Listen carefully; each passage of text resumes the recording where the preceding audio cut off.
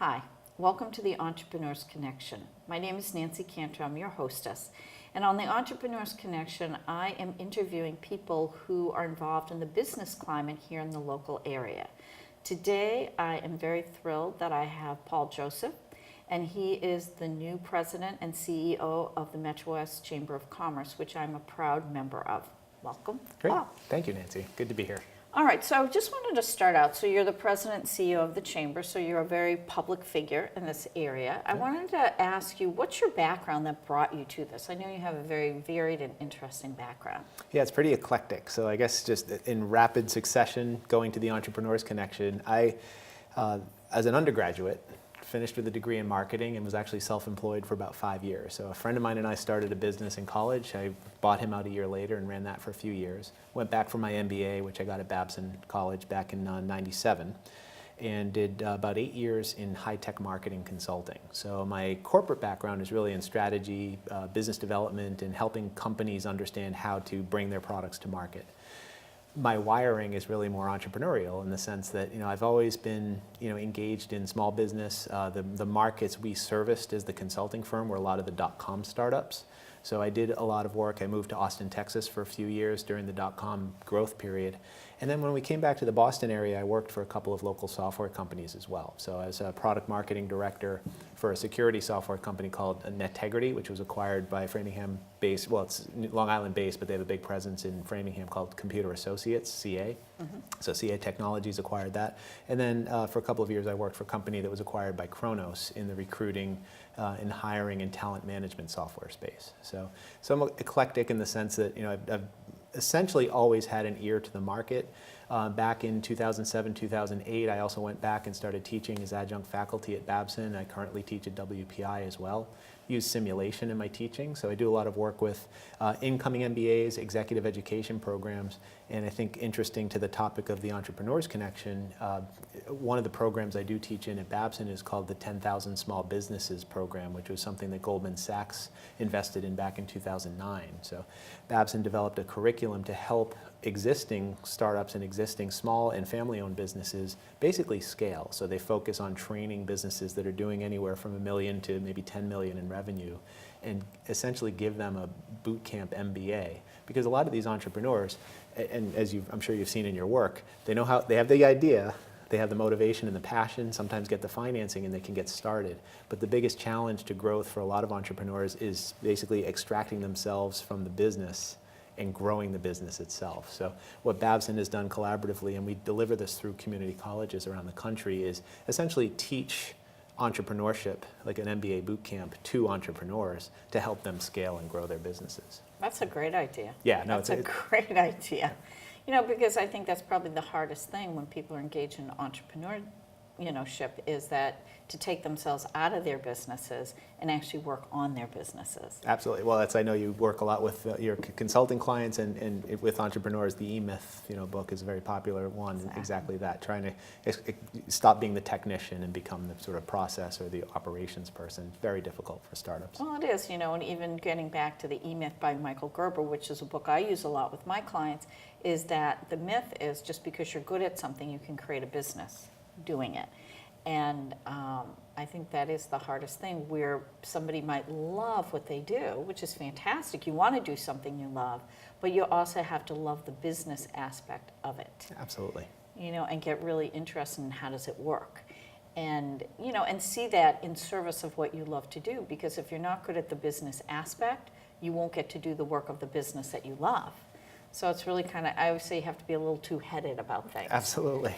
So it sounds like you've been actively engaged in supporting entrepreneurs on a lot of different levels and a lot of different kinds of capacities. So why the Chamber? So the avocation, I guess, going back to when my last employer was acquired by Kronos, I actually put my toe in the water of local politics and got sucked in quite a bit. I call it the black hole. Just fighting for a local issue back in 2008 in Natick, where I live and have a family. Got very active in an override campaign, which pulled me into the idea that, as citizen volunteers, we have a lot of direct say over local governance. And at the time, the budget shortfall caused some problems for our funding of the school programs. And I know the Ashland's going through this discussion right now in terms of potential override. And what struck me as an MBA looking at local politics was I felt like by design, politicians have an annual view of things. It's very difficult for a politician or an elected or some city official to look beyond the existing budget. And I had the luxury of that time where my previous employer was acquired. I was starting to become self-employed, which I was for another few years. And I became a selectman in the town of Natick. I was chair of their economic development committee for about 6 years.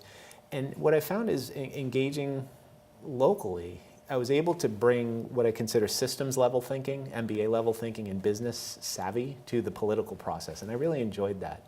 I was a member of the Chamber of Commerce. I incorporated my company Context in 2009, so I had been a member of the MetroWest Chamber for about 5 years.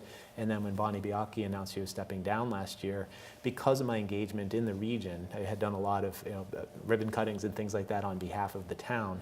I had a close connection and affinity for the chamber itself. So I really looked at the opportunity as a chance to do what I was trying to do in my hometown and really try to find those shared interests in the region, because I think Metro West as a whole, we've got all of the essential elements.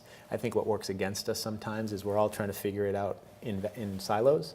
And what we've done well over the last several years, and you can kind of date it back to, you look at what Karen Spilka had done with the Economic Development Reform Act in 2010. At a legislative level, the state started looking at Metro West and started earmarking tax revenues, the way we use local options taxes. We're now starting to become in control of our own destiny. And I looked at the Chamber of Commerce as a great vehicle to kind of tell the same story across the region. So are you saying that you're going to have to make me and our listeners more familiar with this 2010, was it sales tax?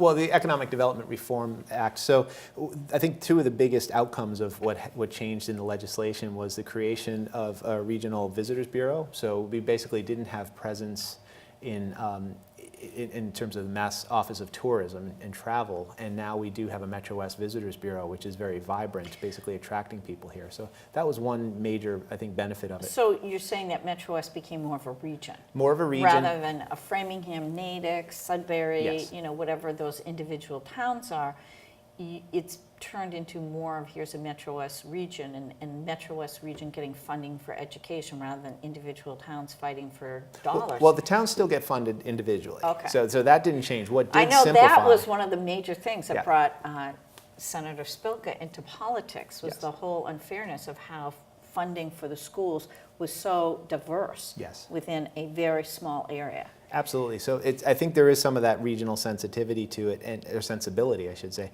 But it also streamlined some of the organizations and allowed us as a region, the creation of the tourism board in particular, when you think about it, and the legislation that allowed local options taxes to be increased by the local municipalities. For years, we were paying into restaurant and hotels taxes as towns, but that money would be basically taken and spent for Boston. And based on some of the activity that was spawned in 2010, it gave the local municipalities more control to vote a slight increase in their local options taxes, which could then be reinvested locally. So on a small scale in Natick, we did that for our restaurants and hotels, and it's created a boom of a resource for us. I would like to see more aggressively invested in economic development. To the other extreme in Metro West, you see what Marlborough has done. They've actually gone back to the legislature with a home rule petition to allow them to earmark their local options taxes. I think their budget right now, they're spending close to $750,000 a year on focused exclusively on economic development and about the same amount focused on recreation and open space. So the ability for us to control our own destiny, I think, was relaxed a little bit. And now you see the benefit of that with the towns. Many of the towns are creating their own economic development committees or corporations. So we're as municipalities, we're starting to get business savvy, business development savvy, and starting to put those pieces together. What I found in Natick when we started the EDC, we really didn't EDC? have, I'm sorry, Economic Development Committee. So it's Okay. a committee, which is an advisory committee in Natick, whereas some communities have an economic development corporation. It's actually a separate public-private or private entity. It's taken on different flavors, but essentially you have municipal advocacy for business. I think that's great. So- And it sounds like you're the perfect person to step up to the MetroWest Chamber. And I love what you're saying about applying what you know. You know, you're an MBA from Babson, which is really one of the most prestigious, or maybe the most prestigious school in teaching entrepreneurship and business. So being able to apply that knowing, that knowledge to, like you're saying, politics and, you know, economic development. And, you know, I think that if you can run a successful business, you'd have some insight into running a successful town. Yes and no. Yes and no. Okay, so say more about that. That's interesting comment because, you know, you hear a lot of times, and you see it now in the national spotlight, people think, well, that's a businessman. They can come in and clean things up because business moves at the speed of light and government moves at the pace of a glacier. You know, I think there's a balance in between. Governments are not businesses, but I do think they can adopt some of the better practices. So a focus on customer service. Okay. And right to your wheelhouse, the focus on entrepreneurship. To me, the beauty of entrepreneurship is you control your own destiny. You have your direct relationship with your employees, your business, and at the end of the day, you own it. What I tell the students that go through the 10,000 Small Businesses program is if you're a known business or an unknown business, it's all your fault. Are you investing in marketing? Do you own your brand? Do you own your reputation? Do you take ownership of what other people think, even if you don't have direct control over it? The difference between an entrepreneur is they do. They are wired to basically personalize that engagement. Government, I think, needs to adopt that approach too. We have many examples in many towns. You walk into the town hall, you'll get 3 different answers from 3 different desks, if you get even a welcome. And just the concept of humanizing the interaction citizens have with their, you know, elected and staff on towns. The better towns get it. They're investing in it. They're actually developing their people. And I think we're seeing the results of good practices in a lot of, you know, towns in this region. So. Great. I mean, there are a lot of things that I've never even thought of. Yet we're all consumers of local government, and Right. you know, people talk about the national election as the important one. There's no more important election than the one that sets your tax rate and the one that, you know, educates your children or gives resources to seniors. You know, people overlook the fact that it's the local elections that make the biggest difference in their lives. I think that's really true. Like, those are the things that are going to most directly affect you No question. Yeah. in, you know, your day-to-day life. And I have to say, I was a flyover, you know, completely apolitical until the threat of my kid's school being closed brought me into local politics. I was not involved. I'm an unenrolled voter. I personally try to stay away from party politics, and everything I do is really about community building. I think that's also what's made this job at the Chamber so exciting for me, is the notion that I'm interacting with businesses and people and communities that I had already been a little bit, and now starting to see some of the great things that are happening in pieces and trying to bring some concert to that. Just hopefully, you know, I talk to people about, my goal is developing networks of networks. How can we make it all work better together? So say more about that, because I think that's Sure. more about the future. Like, we've talked about your past, what's brought you to it. You know, I'm very impressed with, you know, the skills that you've brought to it. I can tell how you speak. I have to listen very carefully, you know, because, you know, you're out there. You're Thanks, talking yeah, about things that maybe I'm not thinking about, which is great. I love that. That challenges me. And it gets me to think about things maybe in a different way, which is awesome. Great. So say a little bit about your vision for what you want to bring to the Chamber and what you think that will bring to the area. Sure. So first of all, celebrating what's working. I think, you know, I'm blessed to be part of an organization just celebrated its 120th anniversary. It was founded as the Framingham Board of Trade and has been a local presence for advocating for business and really helping small business owners come together. And then over the years, it's evolved into what I consider a fairly active and respected entity that's on the, you know, state level. We're engaged with state government. I actually had the privilege of sitting on the Governor's Economic Development Planning Council as the Baker administration developed its economic development plan. So as a chamber, what got us here is going to keep us here. And that's local, small business, networks of people. How do you get that accountant and that lawyer to meet each other and understand that they'd be great collaborators? How do you get that human resources consultant and that pizza shop owner to work together? How do you get, you know, all of these different businesses that make up our, what I consider our B2B networks, business to business, and our business to consumer networks work better? So I see there are three primary goals. Number one, maintain everything that's great about the status quo, which is we've got a vibrant economy, we've got a lot of businesses, a lot of multi-generational businesses. That's frankly been the most fun learning, as you might have recalled from the annual meeting.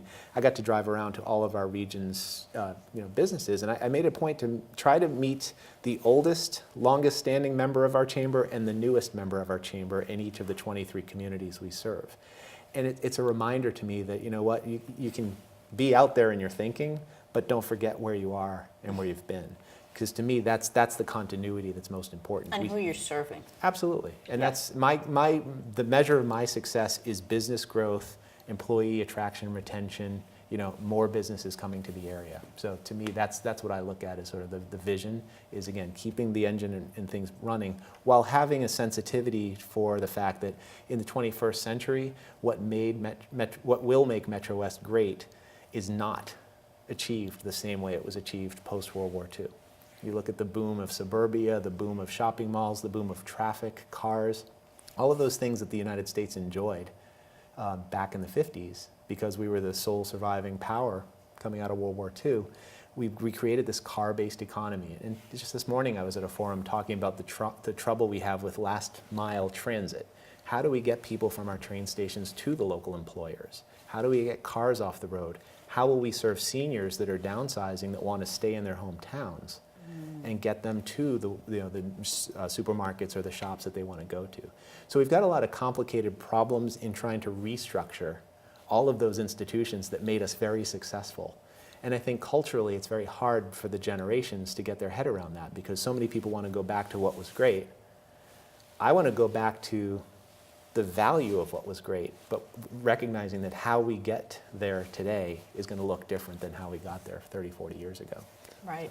I mean, back then it was everybody getting their own home and everybody getting their own car. And,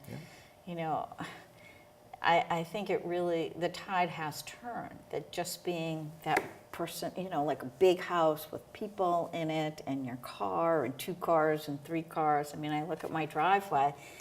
Isn't necessarily what is going to bring us into the future. Like, we have to learn how to work together somehow. Absolutely. That there's a different,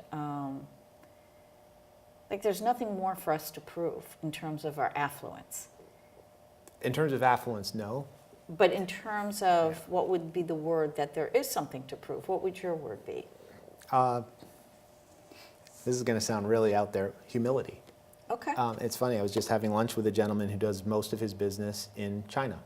Self-employed, small organization, he lives here in Ashland, but all of his business is on the global scale. And when you look at how business is done in other countries right now, I think we've enjoyed such a disproportionately high advantage in the United States that, again, unlearning or changing what made us successful is very difficult for us to take. What I do see in the next generation of entrepreneur, I see millennials working with technology. Even myself, I was self-employed for 5 years. I was doing business in Israel, I was doing business in Saudi Arabia, I was doing business on a global scale from my home office. Technology allows us to do amazing things now. And I think it's just that awareness that, again, don't be so locked into getting back to where we were. I don't mind being where, it's just how we were is going to be different. And I think that's coming back to the theme of entrepreneurship. What a great role and opportunity that is for a lot of the startups and a lot of what I consider agile thinking big employers are starting to understand. You have to think entrepreneurially. Thomas Friedman, the economist, wrote a book a few years ago called That Used to Be Us, talking about how the United States lost its competitive advantage. One of the themes that really struck me in terms of his proposed fix is to think like an immigrant. I'm second generation American. All of my grandparents emigrated from Albania. So I'm somebody who learned to shovel driveways, get a paper route. I worked into and through college. And I think with the affluence, unfortunately, came a different level of competitiveness or sense of role for our children. Because they didn't have to necessarily go out and shovel a driveway, or they didn't have to necessarily fend for themselves the way first or second generations did. How we look at the world now is a little different. And I feel like as baby boomers, as Gen Xers, we're trying to teach the next generation about how things used to be, and they've already moved on. They're diverse, they're smart, they're tech savvy, they've already embraced the world where it's going. And I feel like in a lot of ways, our generations are still wrestling with some kind of reconciliation with how do we make this big transition. And I think the better employers in the region and the better businesses are using that young talent and that approach to things to do better. I think you're right. I think you're right. And I think there's different ways to think about things. You know, I know within my own business that, you know, I'm an in-person trainer. So I like to be with people. You know, I want to be an in-person trainer. I want to have in-person events. Sure. But I can see the future is virtual. You know, that you can have effective meetings as a teleconference or as a webinar. There's a way of attracting more people when you do things virtually. So rather than servicing, you know, 10 people, you could be servicing 100 people. Sure. Without, you know, a decrease in quality. So I think it really is thinking from a perspective like, what are you up to? You know, and I think I've had to shift some of my thinking in terms of going bigger. Like being, you know, like you're saying, you could go global. You could, you know, I know one time, the first time I did something, it was a teleconference, and it must have been in the 90s, early 90s, and it was for it was a yoga therapy company, and they would graduate people and they would go to different places, and I created a business development program for them. And I did a teleclass. I think there were 10 people in the teleclass. I had people in Canada. I had somebody in Iceland, you know, Mississippi, California. I was blown away. Yeah. That it was clear as day. They were calling in. They were doing the work. And that really is how it can be. We can help a lot of people. And maybe that is consistent with how we need to start thinking about the world. Like, we are all connected. Oh, absolutely. But with substance, I think the other piece, coming back to what I do celebrate about what works well with the Chamber of Commerce, and this is all chambers of commerce, organizations like ours that network people, you can't beat this. As much as you can bring scale and virtual is important, at the end of the day, it's all predicated on trust. And trust is very difficult to earn remotely. So that ability to congregate, that ability to come together physically, in my opinion, is very important. I do sense in my kids' generation, I have 2 teenagers right now. Unfortunately, it's that classic problem. The more connected we are, the less connected we are. You know, it's counterintuitive, but I feel like that you still can't beat getting in a room and networking and interacting with people. You still need that firm handshake. You still need to look people in the eye, I think, to establish that rapport. So even the gentleman I was speaking with today, you know, it's like having that in-person, first getting to know you. I can be on a conference call with him tomorrow if he's in Shanghai and I'm in Natick, no problem. But we made that personal connection over a meal. And Yeah. I still personally believe deeply in that. And I think that's an important part to never lose sight of with networking. Well, I think community is important. No question. And it is a good question, like, what actually builds community? And, you know, I think you can do a lot virtually and then have people congregate locally. Absolutely. So that's kind of more my model that I'm thinking of, is that there's, you know, there can be that virtual connection, but then what I'm encouraging and the networks that I'm participating is, but then they're doing things locally. Absolutely. So that people get to connect and have that personal experience. I mean, it's actually pretty exciting where things are going. I think you just have to keep your eyes open and maybe your heart open a little bit, that, you know, and I think it's a really good point. We don't want to go back to where we were. Well, I think people want to go back to a perception of where we were. So say more about that. Yeah, so it's funny, once I was elected, you know, as a selectman, I started reaching out to some of the folks that obviously I disagreed with at town meeting and tried to understand, well, what is it that you don't like about what I'm saying? What is it that's inconsistent? And, you know, a lot of people don't like the traffic. They don't like all these outsiders coming in, taking advantage of suburban school districts, raising their kids on a public dime, and then, you know, causing more agitation. We've been here X number of generations. We used to have this great quality of life that's changed. But as I argue to people in even Natick, how did people feel before World War II? You know, it was the GIs that came back and started building homes and building these schools, and we've constantly had that turnover. I want a walkable downtown. Part of why I moved to MetroWest is I wanted a place where we could buy a home. We didn't have to rely on a car. We could walk to a downtown area. I could hop on a train if I ever needed to get into Boston. I was truly looking for what I was raised in, which is a suburban lifestyle. And I think that's our greatest asset here right now. But the ability to cater to the young workers and even more senior and seasoned workers in this environment. To your point before, it's about making those connections, demonstrating that, you know what, you can live in Ashland and work in Marlboro and get from point A to point B without sitting in traffic for 2 hours. And, you know, trying to solve transportation problems, trying to solve, you know, as I said, workforce attraction problems. There's so much effort going into building up Boston, building up the Seaport District. I was at a conference last week, and there was an economist from Northeastern talking about the demographics right now. We're at full employment in Massachusetts, and come 2018, the concern is that there are going to be so many open job opportunities in a lot of the hiring sectors that businesses are going to start to pull out of Massachusetts because they won't be able to fill the jobs. Wow. And so when you really take that to heart, wow, what does that mean for us in Metro West? Well, the other piece of information he casually threw out there was the high school graduation rate in Boston public schools is 70%. So I'm personally not worried. The millennials that are racing to go to Boston right now, as soon as they have a child and they want that child educated, they're going to be looking to suburbia. They're going to be looking to places where there are school districts that are strong, where there are communities that are safe, and hopefully, like me, where there are communities that are connected. You know, I found a place where I could truly run a global business from the basement of my house. I eventually leased office space in the local downtown, and I see it's an embarrassment of riches in Metro West in terms of what we have to service that group. In addition to that, while hopefully developing housing for the people that own single-family homes today, so they can downsize and basically not rely on a car to go to the grocery store or to go to the movies.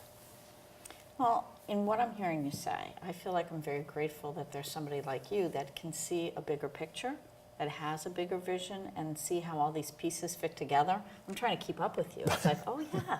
Okay, that makes a lot of sense. But I think that's what we need in our leadership now, is somebody that can see that kind of a vision and see how the pieces are connected, like where are we going and how do the structures need to change and grow in order to fit the most optimal future that we want to create here. And it's great to hear those statistics about Massachusetts. It's so often what you hear is the bad news. Right. Like that there's something wrong. I love that you have an attitude like there's something right here. And then how do we build from there to create a more beneficial future for everybody? Oh, that's the entrepreneur thing, right? Right. You find opportunity where other people don't. Exactly. And to me, I just look at the raw materials we have to work with in terms of business, education, you know, quality of life. All of those pieces are here.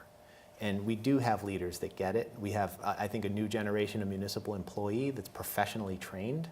So gone are the days where the old families kind of, you know, so-and-so knew so-and-so and nepotism brought them into professional, you know, municipal jobs. It's truly more of a profession nowadays. And I think a lot of us have to unlearn our skepticism about that. Trust the paid professionals that are running our towns and really try to look at how we govern ourselves and then how we as citizens get informed. Because I think a lot of it, I spent most of my time as a town meeting member when I was running the EDC educating them. What is economic development? Why does this matter to us as a taxpayer? And it helps offset our residential tax rate. That's awesome. And so, I mean, I just want to appreciate you for the optimism that you bring and the expertise that you bring. I feel that having you as a paid person who's in charge of the Metro West Chamber is a huge asset to our area. So I really want to thank you personally for that. Thank you. I appreciate it. And I want to thank you personally for checking in with us and watching the Entrepreneurs Connection. I'm talking with Paul Joseph, who is the new CEO and president of the Metro West Chamber. And I hope you found something interesting in terms of you have a leader here in the local area who's a huge visionary, but also has his feet to the ground, creating things happening. So if you have any interest in the Metro West Chamber, there's going to be information at the end of the show. I highly recommend participating. I've been a member since 2006. And thanks for tuning into the Entrepreneurs Connection. I hope you learned something, and I hope it helps to activate the entrepreneurship within you. I hope you create something wonderful. Thanks for tuning in, and we'll see you next time.